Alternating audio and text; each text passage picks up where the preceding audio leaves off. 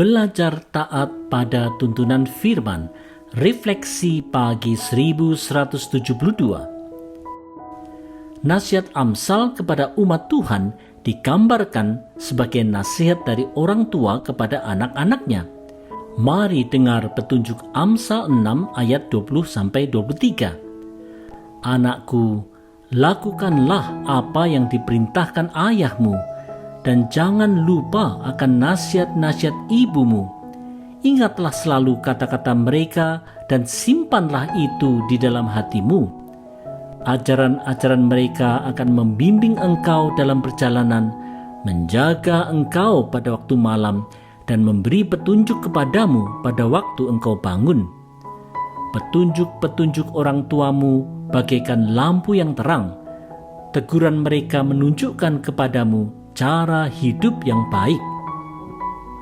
Saudara-saudara, nasihat firman Tuhan memang harus sungguh-sungguh menjadi pedoman hidup orang percaya, sehingga kehidupan orang percaya benar di mata Allah dan menjadi berkat bagi sesama.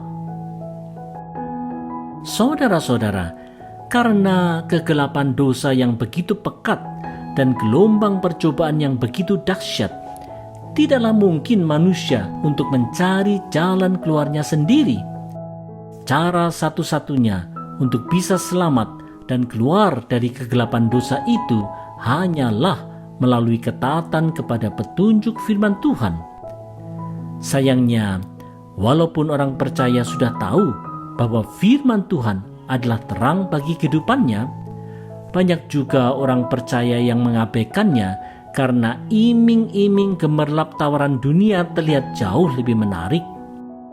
Oleh sebab itu, wahai orang percaya, marilah kita bertobat dan kembali mengarahkan hati dan pikiran kita pada terang firman Tuhan. Janganlah kita terkecoh dengan segala godaan yang menyesatkan. Roh Tuhan pasti akan menolong kita dan memberi kita kekuatan.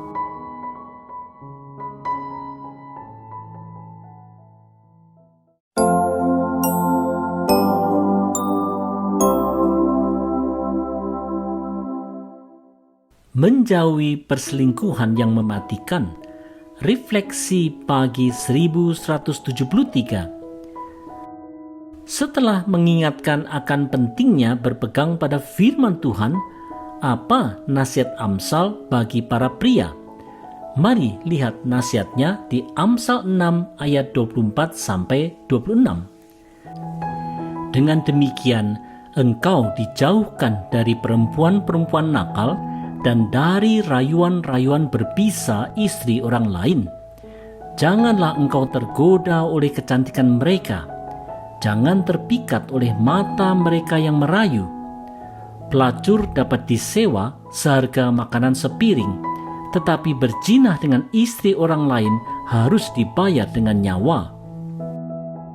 Saudara-saudara, berpegang pada nasihat firman Tuhan akan menjauhkan para pria dari perselingkuhan yang mematikan dan perilaku seksual yang menghancurkan. Hanya melalui pernikahan yang kudus sajalah anugerah Tuhan dalam hubungan suami istri dapat dinikmati dan diberkati. Inilah yang dikehendaki Tuhan. Saudara-saudara, Amsal dengan tegas menyampaikan peringatan yang keras bagi para pria untuk tidak mengikuti hawa nafsu yang bisa mengakibatkan perselingkuhan dan perzinahan. Hanya dengan mengarahkan hati dan pikiran pada apa yang dikehendaki Tuhan sajalah, maka seorang pria bisa mendapatkan kekuatan untuk tidak melanggar kekudusan pernikahan dan dijauhkan dari godaan seksual yang menghancurkan. Dengan mengutamakan kehendak Tuhan, kita akan mendapatkan kekuatan dari Roh Tuhan untuk dapat melawan nafsu yang jahat dan tidak terkendali itu. Melalui kehidupan persekutuan orang percaya yang saling menegur dan saling membangun, kita secara bersama dapat pula melawan godaan iblis. Mari kita menjauhi godaan dengan tetap berpegang pada nasihat firman.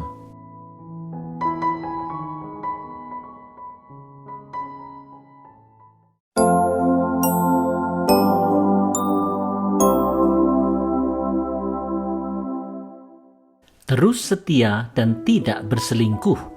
Refleksi pagi 1174. Apa gambaran konsekuensi seorang pria yang berselingkuh? Mari lihat gambarannya di Amsal 6 ayat 27 sampai 29. Dapatkah orang membawa api dalam gelumbung baju dengan tidak terbakar pakaiannya? Atau dapatkah orang berjalan di atas bara dengan tidak hangus kakinya?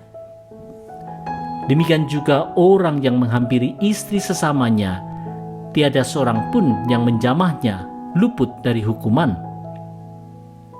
Saudara-saudara, perselingkuhan seorang suami dengan istri orang lain pasti tidak akan terlepas dari hukuman Allah. Allah yang Maha Kuasa mengetahui segala isi hati, pikiran, dan tindakan pasangan yang berselingkuh, serapat apapun perselingkuhan itu hendak disembunyikan. Mata Tuhan memang selalu menilik manusia. Saudara-saudara, teguran Amsal tentang perselingkuhan di kalangan umat percaya ini haruslah benar-benar diperhatikan, karena pernikahan Kristen adalah sebuah pernikahan yang kudus di hadapan Tuhan. Seperti halnya perkakas bait Allah di masa Perjanjian Lama yang dikhususkan untuk Allah, pernikahan Kristen adalah suatu pernikahan yang dikhususkan untuk membawa kemuliaan bagi Allah.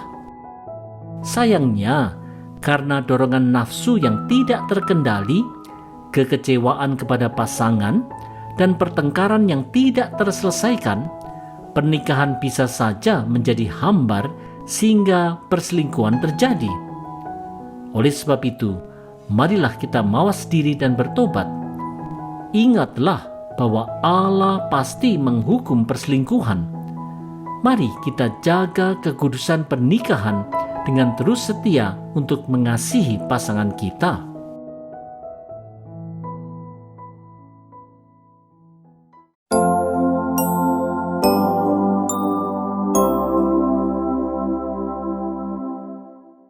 Kebodohan yang harus dihindari. Refleksi pagi 1175. Apa gambaran Amsal tentang seorang laki-laki yang berzina? Ini gambaran di Amsal 6 ayat 30 sampai 32. Kalau orang mencuri makanan, sekalipun karena lapar, ia akan dihina. Dan jika ia tertangkap, ia harus membayar kembali 7 kali lipat. Untuk itu, ia harus kehilangan semua harta miliknya. Tetapi bagaimanakah dengan orang laki-laki yang berzina? Ia merusak dirinya sendiri. Bodoh sekali dia. Saudara-saudara, seperti halnya pencurian yang mendatangkan konsekuensi hukum dan cemooh, demikian pula perzinahan atau perselingkuhan di konteks bangsa Israel waktu itu. Perzinahan adalah hal yang bodoh karena perselingkuhan itu memang akan merusak diri orang yang melakukannya, tidak hanya secara sosial, ekonomi, dan hukum, tetapi terlebih lagi karena hal itu dibenci Tuhan. Saudara-saudara, tidak hanya di masa Israel dulu, di zaman modern sekarang ini pun perselingkuhan dan perzinahan tetaplah terjadi, termasuk di kalangan orang percaya. Dengan berbagai alasan, pasangan suami istri mengingkari janji pernikahan mereka untuk saling setia satu sama lainnya sampai kematian memisahkan mereka. Amsal dengan tegas telah menyatakan bahwa perselingkuhan dan perzinahan itu adalah hal bodoh yang akan merugikan diri mereka yang terlibat di dalamnya, karena itu hal yang tercela di mata Allah serta tercela secara sosial kemasyarakatan. Pernikahan yang seharusnya menjadi kesaksian dan papan reklame dari kehidupan yang membawa kemuliaan bagi Tuhan, justru malahan menjadi cela dan cemooh. Marilah kita jauhi kebodohan ini dengan menjauhi perselingkuhan.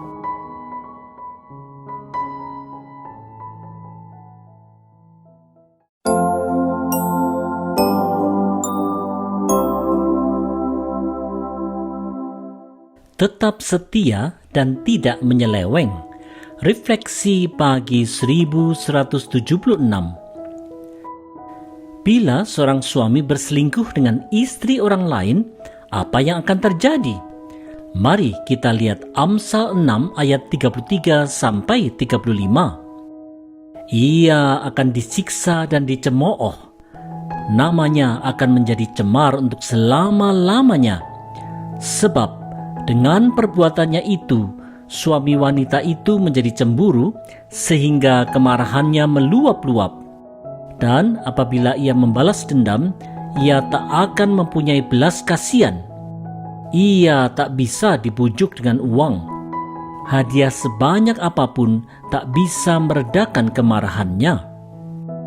Saudara-saudara, di konteks bangsa Israel pada waktu itu, perselingkuhan tidak hanya melanggar hukum Taurat dan mendatangkan hukuman, tetapi juga menyebabkan cemooh di masyarakat. Namanya akan tercemar dan reputasinya akan seterusnya menjadi buruk. Suami wanita itu pun akan murka. Saudara-saudara, kurangnya komitmen dan kesetiaan dalam sebuah pernikahan rupanya telah menjadi penyakit dosa yang melanda pasangan suami istri sejak dulu. Karena kurangnya penguasaan diri, orang kemudian bisa tidak lagi menghargai komitmen untuk selalu setia kepada pasangannya. Tanpa memikirkan konsekuensi jangka panjang, seseorang kemudian bisa saja terjerumus dan terhanyut dalam dosa perselingkuhan yang tentu saja dibenci Tuhan. Hanya saja, di dalam gaya hidup dunia modern, makin banyak orang yang menganggap bahwa perselingkuhan adalah hal yang biasa dan itu adalah urusan pribadi masing-masing. Standar moral juga menjadi relatif saja. Oleh sebab itu, ayo kita mawas diri. Mari terus setia pada pasangan kita di dalam takut akan Tuhan.